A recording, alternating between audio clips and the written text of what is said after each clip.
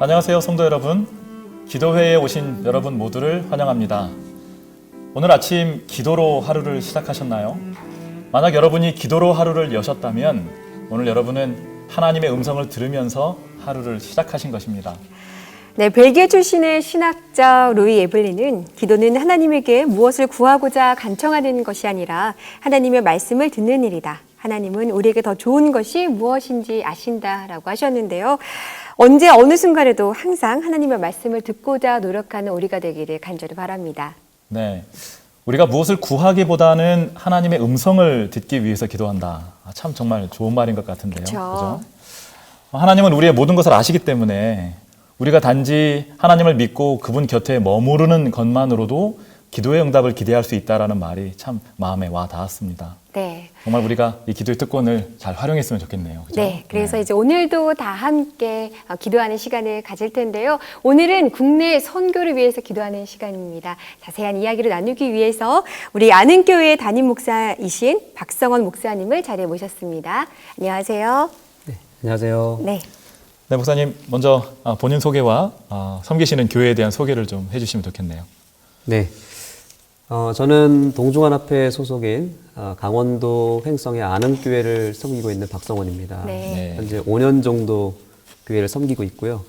목회는 이제 10년 차가 되었습니다. 네. 네, 저희 교회를 위해서 또 저를 위해서 또 국내에 있는 여러 교회들을 위해서 기도해 주신다고 해가지고 얼른 달려왔습니다. 네, 잘 오셨습니다. 네. 일단 저희 교회는 최근에 교회를 신축을 하게 되었습니다. 그래서 다 완공을 했고요. 네. 특별히 더 세븐이라고 하는 특별한 이름을 가지고 새롭게 브랜드를 만들고 시작을 하게 되었습니다. 네. 네.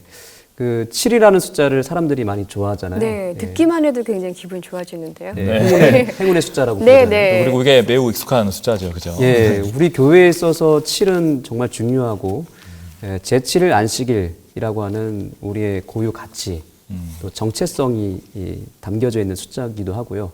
또 특별히 저희 교회가 지역에 있는 주민들을 섬기기 위한 7가지 다양한 컨텐츠를 표현한 것이기도 합니다. 네, 어떤 것들이 있죠, 그러면? 일단 이 7이라는 숫자가 그 7가지 컨텐츠에 다 숨어 있습니다.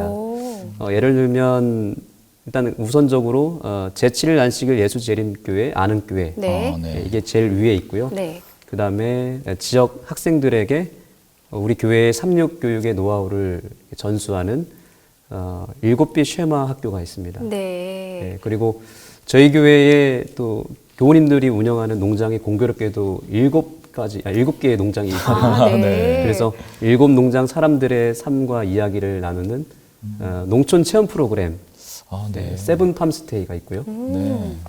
또 젊은 사람들이 요즘 좋아하는 게 캠핑장이잖아요. 캠핑 네네. 또 베이커리. 그래서 유기농 베이커리 카페를 저희가 좀 준비하고 있는데 그 카페 이름이 숫자 7입니다. 네. 네. 그리고 또 캠핑장 이름은 7별 캠핑장.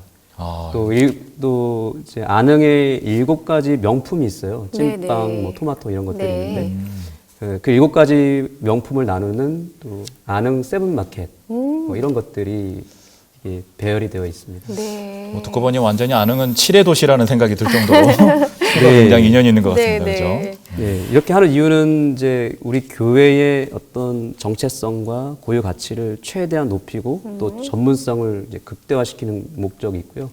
두 번째는 지역 주민들이 편안하게 찾아올 수 있도록 교회 문턱을 최대한 낮추는 그쵸, 네. 전략에 의해서 만든 것이고요. 네. 그래서 현재 저희는 주중에는 지역 주민들을 섬기고 주말에는 전국에 있는 재림 가족들을 섬기기 위해서 저희가 기도하면서 준비하고 있습니다. 네. 네. 정말 듣기만 해도 남녀노소 불문하고 꼭 한번 가보고 싶은 그런 교회인 것 같아요, 목사님. 감사합니다. 네. 제가 이 목사님께서 쓰신 블로그를 좀 찾아봤는데요, 목사님. 그 중에 이런 교회 되게 하소서라는 제목의 글이 있어요. 거기에 여러 가지 인상 깊었던 문구가 있었는데 결국 핵심은 이 바울의 신앙처럼 복음에만 관심 있는 것이 아니라 우리는 사람에게도 관심을 가져야 된다라고 하신 것 같은데 맞나요? 네, 잘 읽어보셨네요. 네. 재림교회는 정말 탁월한 복음의 능력을 가진 교회죠. 그렇죠. 네. 네, 그런데 그 복음에만 우리가 집중을 하다 보면 자연스럽게 이제 장벽이 생기는 것 같아요. 우리는 저 사람들보다는 차원이 높고 뭔가 다르다는 인식이 강하다 보니까 스스로 이렇게 장벽을 만들기도 하고 고립되는 경우가 있는 것 같고요. 네. 또 그분들과 이렇게 어울리는 것이 다소 불편하고 먹는 것도 좀 다르고 네, 네. 신앙의 어떤 수준이 다르다 보니까 스스로 그렇게 좀 멀리하게 되는 그런 현상이 있는 것 같아요. 네, 네. 제가 이제 목회자다 보니까 제 상황을 가지고 조금 더 구체적으로 설명을 드리자면 제가 가끔 이럴 때가 있습니다. 이렇게 목회실에 앉아서 이렇게 설교를 준비하고 책을 읽고 또 말씀을 연구할 때 거기에 푹 빠지게 되면 정말 행복하더라고요. 네. 근데 반대로 이제 사람들 만나는 것이 갑자기 이제 불편하고 귀찮아지기 시작하더라고요. 그럴 때가 있죠. 방문하기도 좀 귀찮고 그냥 여기서 그냥 앉아서 책 보고 연구하는 게 참 좋다 네, 이런 네. 생각을 할 때가 있어요. 네, 네. 또 어떤 경우는 반대로 제가 이제 사람들을 만나고 또 같이 밥을 먹고 대화를 나누다 보니까 그게 또 너무 재밌는 거예요. 그러다 보니까 또 뭐가 힘드냐면 설교 준비가 너무 힘들고 말씀 보는 것이 막 귀찮아지더라고요. 네. 네, 그래서 제가 이제 이 말씀을 드리는 이유는 균형이 필요하다는 사실입니다. 그렇죠. 네. 교회도 사실 마찬가지거든요. 네. 이제 복음, 뭐 말씀, 예언의 신 물론 중요하죠. 그런데 여기에만 몰두하다 보면은 나중에 어떻게 되냐면 예배를 드리는 것 외에는 교회에서 할 수 있는 것이 별로 없습니다. 네. 안 그래도 이렇게 피곤하고 바쁜데 왜 굳이 이렇게 다양한 걸 해야 되냐 이러면서 그냥 그것이 부담스러운 일이 돼버리는 거죠. 선교의 일이. 네, 네. 네. 그래서 사람들 만나는 게 귀찮고 섞이는 것이 부담되는 거죠. 그냥 예배 드리고 은혜 받고 쉬는 것이 훨씬 좋다고 생각이 네, 드는 네. 거죠. 또 반대로 어떤 분들은 열심히 봉사하고 헌신하고 뭐 방문하고 전도를 열심히 하는데 또 그분들 같은 경우는 또 제자 훈련하자, 말씀 보자, 기도회 하자 이러면 싫어하셔요. 그걸 또 피하시더라고요. 그래서 저는 이 균형을 잘 맞춘다면 교회가 금방 부흥할 것이라고 저는 생각합니다. 네. 네. 균형이 정말 중요한 것 같아요. 네. 그 말씀 주신 대로 많은 교회들이 정말 그 특별한 프로그램으로 사람을 모으는 데까지는 성공하는데 그 사람들 사이에 결속을 만들어내지 못해서 네. 금세 그 동력을 잃어버리는 모습들도 많이 보게 되는데요. 목사님은 정말 여전히 사람에게 집중하고 그 관계 중심의 그런 목회를 하시면서 여전히 그 동력을 유지하고 계신다라는 그런 생각이 듭니다. 네. 아마 이런 모습이라면 교회가 부흥하는 건 매우 자연스러운 일이라는 생각이 드는데요. 맞아요. 네. 혹시 이런 목회 철학을 가지고 목회를 하시다 보면 교회에서 굉장히 좋은 일들이 많이 일어나고 있을 것 같은데 교회에 어떤 변화들이 생겼는지 좀 말씀해 주실 수 있나요? 네. 아까 이제 저의 블로그에 방문을 하셨다고 하셨을 때 속으로 되게 감동받았습니다. 진짜요? 저 정말 열심히 읽었습니다. 아, 그래요? 네. 저에게 관심을 가져주셨다는 것 자체가 되게 기뻤고요. 그 네. 블로그를 제가 소개했거든요. 감사합니다. 그래서 읽은 건 저예요. 아, 네. 네. 이렇게 관심이라고 하는 것은 사람들의 마음을 여는 역할을 그쵸, 하잖아요. 네. 그렇죠. 제가 이제 안흥에 5년 동안 있으면서 자연스럽게 이제 지역 주민들과 이렇게 섞이게 되고 이렇게 친해지는 계기가 생겼습니다. 네. 이제 예를 들면 지역의 독서 모임에 제가 가입을 해서 이제 그분들과 함께 하게 됐는데 자주 모여서 식사도 하고 또 대화를 나누고 또 여러 가지 그 삶을 공유하는 이런 일들을 했거든요. 네. 그분들이 필요할 때 언제든지 찾아가서 도와주고 함께하는 일을 했었습니다. 네. 그러다 보니까 어느 순간에 이제 그분들이 저한테 관심을 갖는 거예요. 목사님의 교회는 어떤 교회냐고 물어보기도 하고 또 제가 이제 교회에서 뭔가 행사를 준비하고 프로그램을 이제 진행하게 될 때 그분들이 어김없이 찾아옵니다. 예. 그 관계 때문에 오는 거죠. 그렇죠. 제가 그분들과 네. 친구가 되다 보니까 그냥 아무 때나 찾아오시고 심지어 요즘에는 물어보기도 해요. 목사님 요즘에 또 행사 안 하세요? 이렇게 물어보시면 네. 제가 이렇게 한다 그러면 또 찾아오시고 홍보도 해주시고 예, 그렇게 하시더라고요. 또 우리 아는교회도 마찬가지로 저희가 2018년도부터 지역 축제에 참여를 하게 됐습니다. 네. 찐빵 축제를 매년 하거든요. 네. 거기에 이제 참여해서 이제 부스를 신청을 해서 건강 부스를 운영을 했습니다. 네. 우리 교회 건강 기별을 알리고 또 건강 체크를 하고 상담하는 일을 했는데 그 찐빵 축제에서 가장 인기 있는 부스가 저희 교회 부스였어요. 정말요? 네. 네. 사람들이 뭐 줄을 서고 또 우리 교인들이 다 참여해서 그분들과 소통하고 만나는 일을 했거든요. 네. 그러다 보니까 그 지역 면장님을 비롯해서 동네 유지분들이 굉장히 고마워하셨어요. 네. 그러니까 우리가 축제에 참여한다는 말은 사실 그 지역에 관심이 있다는 말이잖아요. 그렇죠. 그러니까 그분들이 느꼈을 때, 이 안식일 교회가 자기들끼리 뭔가 하는 교회, 뭐 우리에게 별로 관심이 없는 교회 이런 인식이 아니라, 우리에게 관심이 있고 우리와 함께 하기를 원하는 거구나 네. 이렇게 생각을 한 것 같아요. 그래서 나중에는 그분들이 너무 고마우니까 저희 교회에다가 이렇게 상장을 주시기도 하고, 정말요? 네 그렇게 되면서 나중에 저희가 이제 교회를 건축하고 나서 그분들이 도움 많이 주셨고요. 네. 또 교회에서 뭔가 행사를 하면 면장님부터 이렇게 홍보를 해주시고 네. 그분들이 다 참여를 해주십니다. 정말 인식이 많이 네. 바뀐 거군요. 그래서 저희가 관심을 줬더니 네, 그분들도 네. 관심을 주는 거죠. 네. 네. 네. 뭐 이런 변화들이 계속 지금 일어나고 있습니다. 기분 좋으시겠다. 네. 그렇죠. 성도님들도 힘이 나시고. 네, 제가 이제 그런 것들을 사실 성도님들한테 많이 배운 것 같아요. 네. 근데 성도님들도 굉장히 이제는 교회를 자랑스러워하실 것 같아요. 그러겠다. 그죠? 네, 그러실 것 같습니다. 정말 네. 듣기만 해도 살아 숨쉬는 교회라는 생각이 들거든요.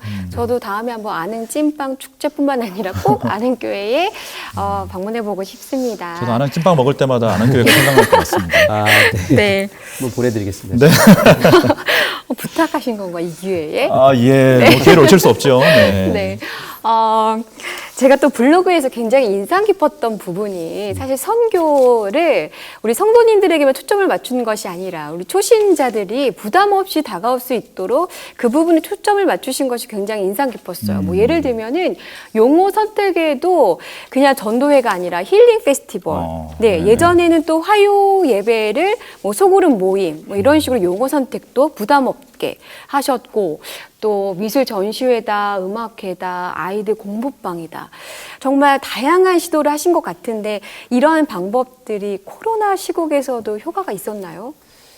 네, 물론 코로나 영향이 있었지만 이제 그 지역의 필요를 딱 채워줬을 때는 네.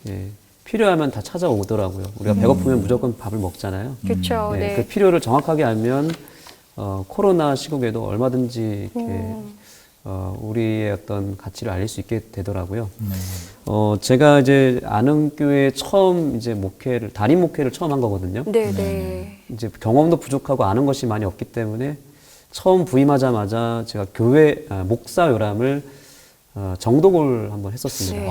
네. 준비된 목사님이셨군요. 아니, 제가 잘 몰라서 모르니까 목사 요람을 이렇게 정독을 하다 보니까 거기서 굉장히 저한테 와닿던 어떻게 보면 되게 영적으로 충격을 받은 부분이 있거든요. 네, 네. 그 부분이 이제 뭐냐면 이런 부분입니다.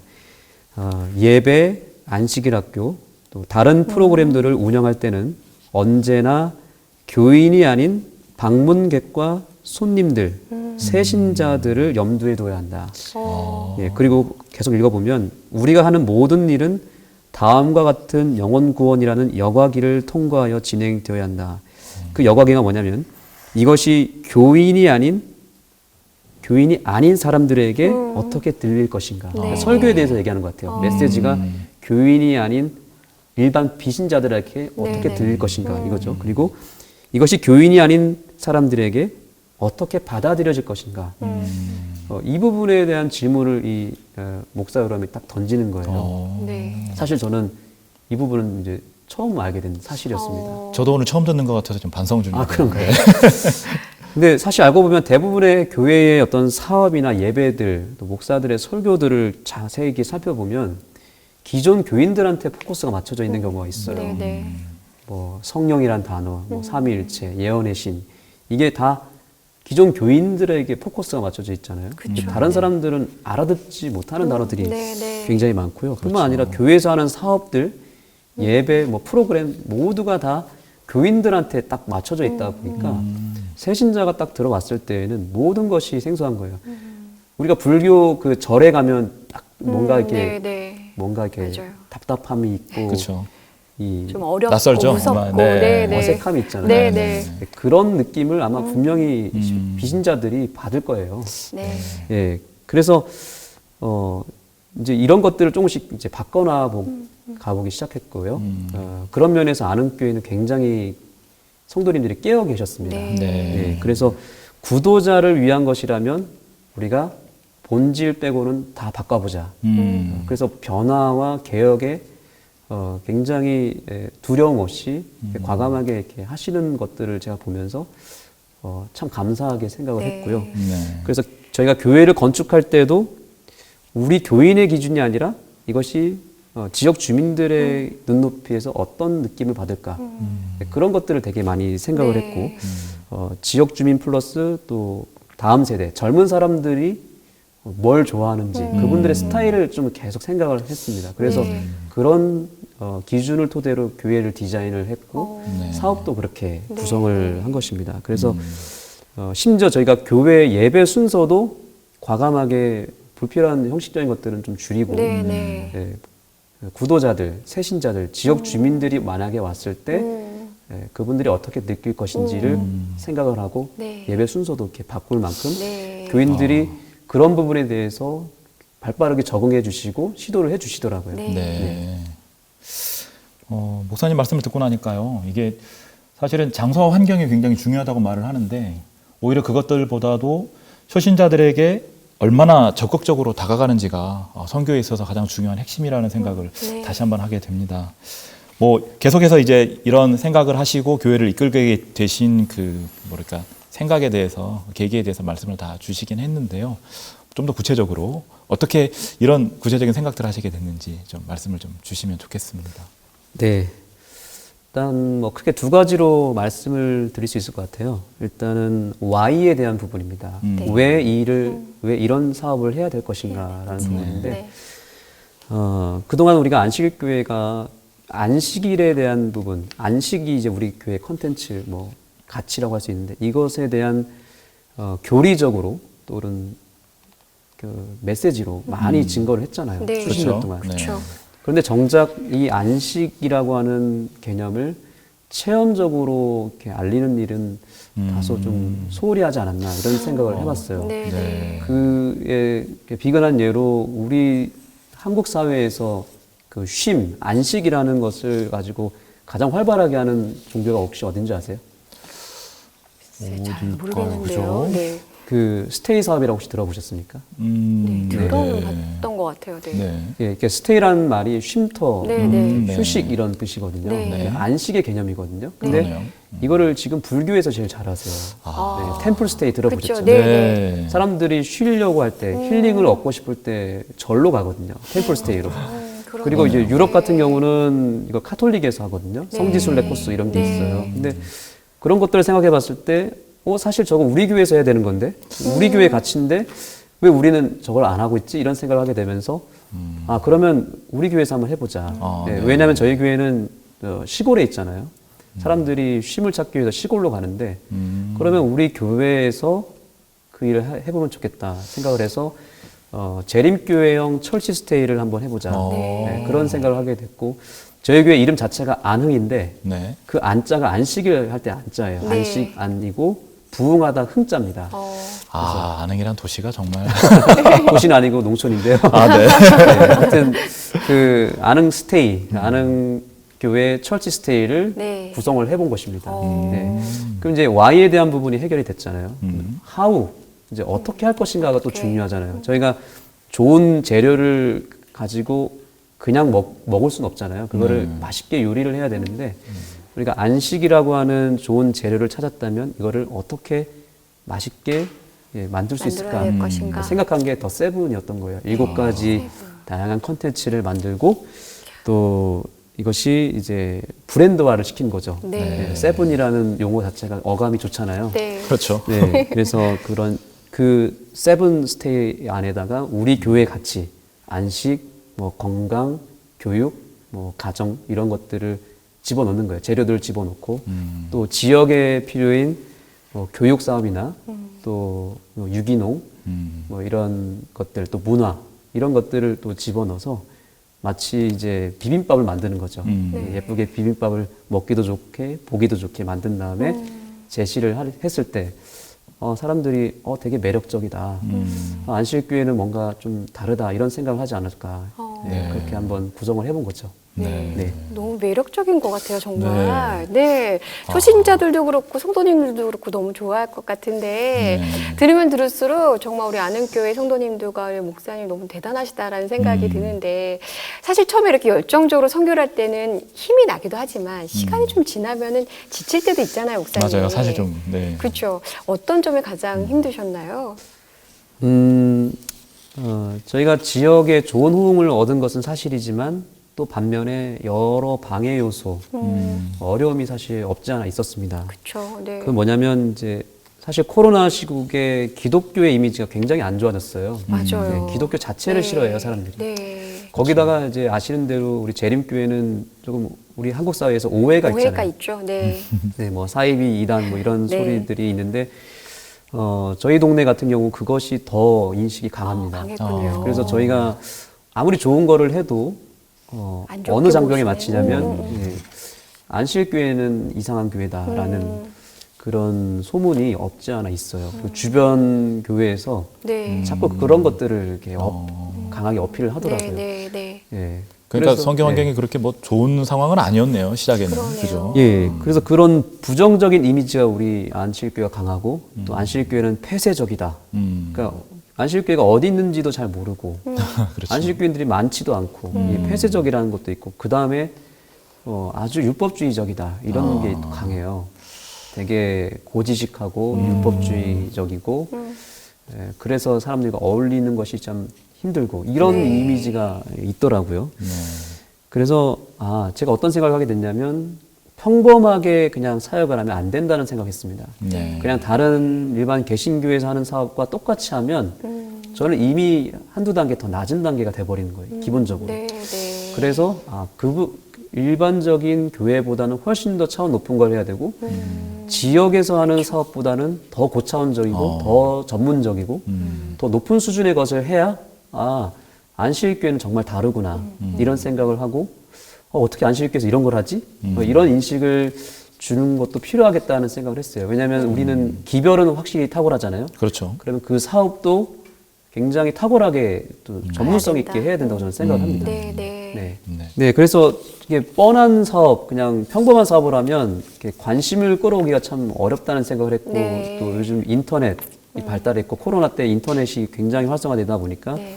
유튜브를 통해서 좋은 강사들의 강의를 많이 듣다 보니까 저희가 어떤 전도회를 하거나 좋은 강사를 모시고 와도 유튜브로 다 들어버리는 거죠. 네. 그래서 이 재림교회가 이런 오해와 방해 요소를 다 뚫어내고 성과를 얻으려면 아까 말씀드린 대로 다른 어떤 종교단체나 지역단체보다는 훨씬 더 높은 수준의 사업을 하고 더 매력적이게 해야 된다 생각을 했고요. 그래서 저희 교회 같은 경우 이제 최근에도 이제 인문학 특강, 예를 들면 네. 지역 주민을 위한 인문학 특강, 정말요? 또 지역 주민을 위한 클래식 음악회, 오. 또 미술 전시회, 네. 예, 건강 걷기 대회, 또 유기농 귀농 기촌 세미나, 네.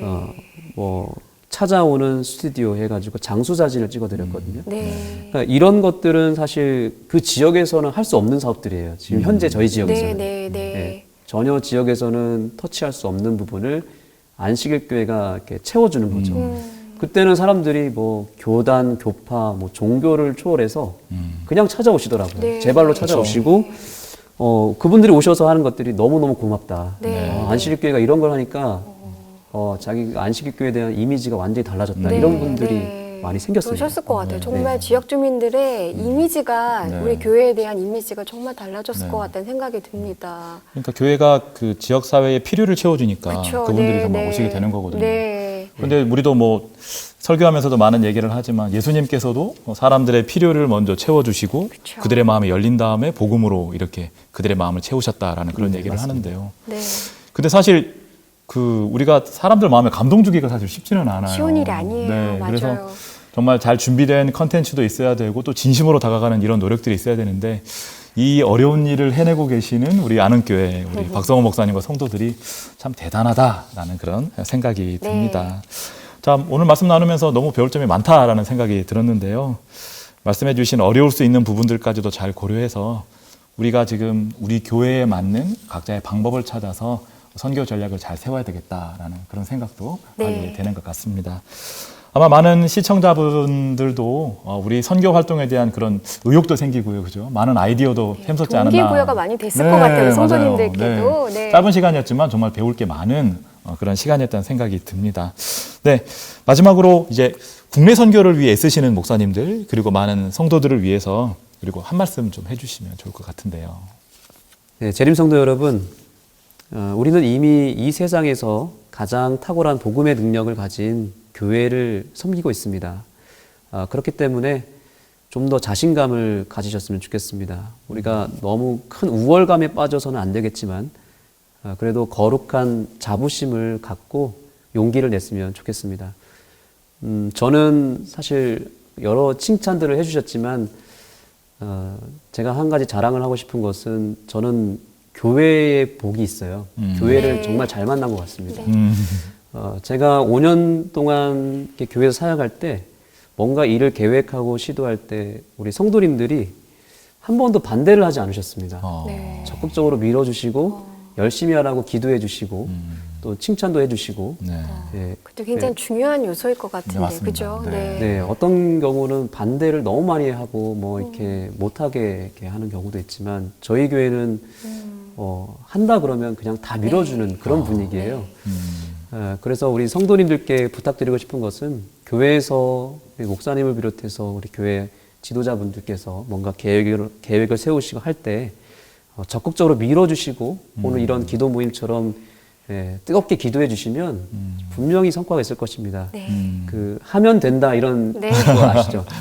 하면 분명히 되거든요. 근데 아무리 잘 준비하고 계획을 세우고 연구를 해도 안 하면 안 되더라고요. 그렇죠. 그렇죠. 근데 부족하고 좀 준비가 조금 미흡하고 뭔가 불안해도 일단 하면은 섭리가 있고요. 그렇죠. 하면은 그곳에 영혼을 보내주시더라고요.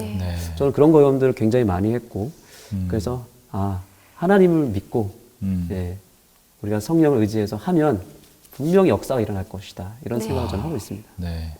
꼭 그렇게 생각하시고 무엇이든지 하셨으면 좋겠습니다. 무엇이든지 일단 해봐야 된다라는 말이 굉장히 마음에 와닿았어요, 목사님. 일단은 한번 국내 선교를 위해서, 이 선교를 위해서 한번 도전을 해보는 우리 모두가 되기를 간절히 바라고요. 오늘 짧은 시간이었지만 정말 아까도 우리가 얘기를 했지만 정말 동기부여 받고 은혜 넘치는 그런 시간이었던 것 같아요. 감사합니다. 제가 너무 감사합니다. 아니에요. 이제 이 은혜 넘치는 이 마음으로 우리 다 함께 한 마음으로 기도하는 또 시간 가져볼까 합니다. 사실 이제 교회에서 봉사하고 선교하는 이 분들이 상처받는 일이 생기기 쉽잖아요. 그렇죠. 그래서 자칫하면 또 신앙의 위기가 올 수도 있고, 그래서 저는 이 선교하는 우리 성도님들의 몸과 마음의 건강과 힐링을 위해서 다 함께 기도하는 시간을 또 가져보면 어떨까 싶습니다. 그럼 저희가 찬양 음악을 틀어드리겠습니다. 한 2, 3분 동안 이 찬양 음악이 다 끝날 때까지 함께 이 기도 제목으로 기도해 주시기 바랍니다.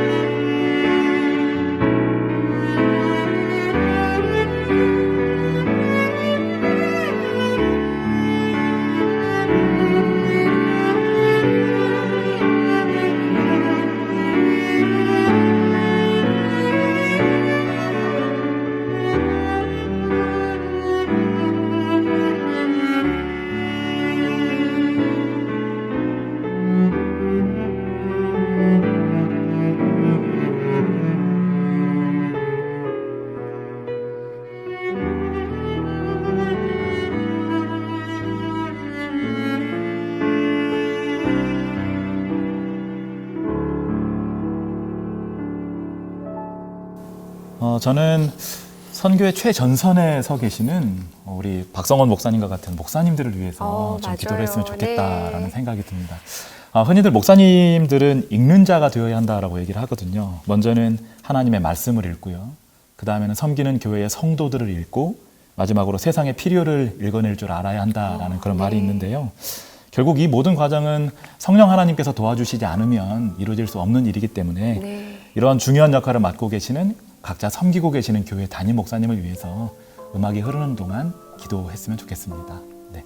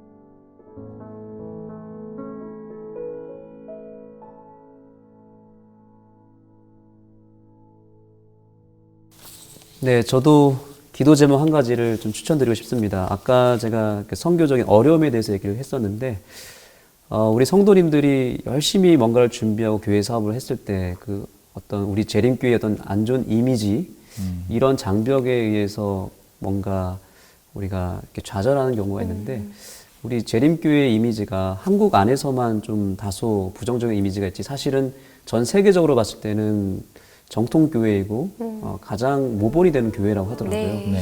그래서 그 좋은 이미지가 우리 한국에도 좀 임했으면 좋겠습니다. 네. 그렇게만 되면 아마 재림교회, 한국 재림교회가 금방 부흥할 것 같습니다. 네. 네. 그럼 다 함께 또 찬양 음악이 끝날 때까지 기도해 주시기 바랍니다.